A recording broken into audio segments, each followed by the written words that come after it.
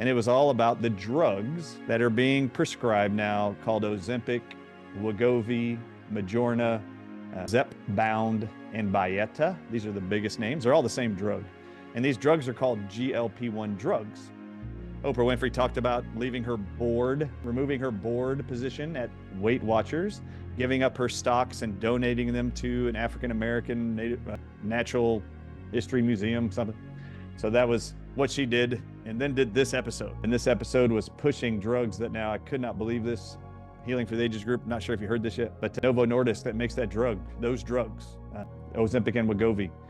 America is the only country primarily buying those drugs. They're now worth $2.21 trillion in just 5 years of that drug being approved by the FDA.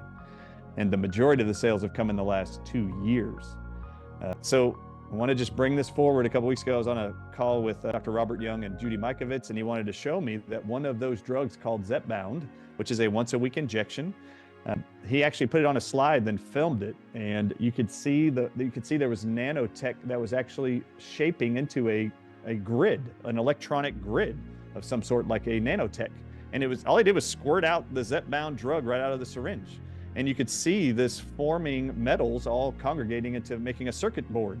And so I looked at him and I was like, I've never heard of Zepbound. I just looked it up because it looked in the image on his PowerPoint slide, it looked just like Ozempic's cartridge. So I just looked it up, and sure enough, Zepbound is another GLP-1 drug. I said this the other day when the Healing for the Ages Group was on the Diamond and Silk show. And I said, I don't know why Oprah Winfrey and Tucker Carlson refuse to tell you that you are injecting yourself with Gila monster venom once a week for life. I don't know why they're not telling you this.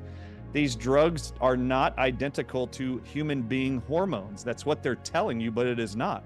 Every research paper says the venom of the Gila monster is only 50% similar to the human body's GLP-1 hormone. So that is not identical. Is there anybody on this panel right here who would think that if you had two human beings standing there and they only had 50% of the same DNA, they would call them identical twins? None of that would be identical. So that they're trying to convince you that what is being manufactured in a venomous reptile lizard right next to and probably underneath Dr. Henry Ely's home and wherever he lives in the deserts, guaranteed you that venomous lizard is there, and they're telling you this is good for weight loss. A few things I want to show you, and I'm going to share my screen again, and then I'll wrap it up with this. This is from Healthline. Come at Health now to be part of the future and get your free eye doctor today.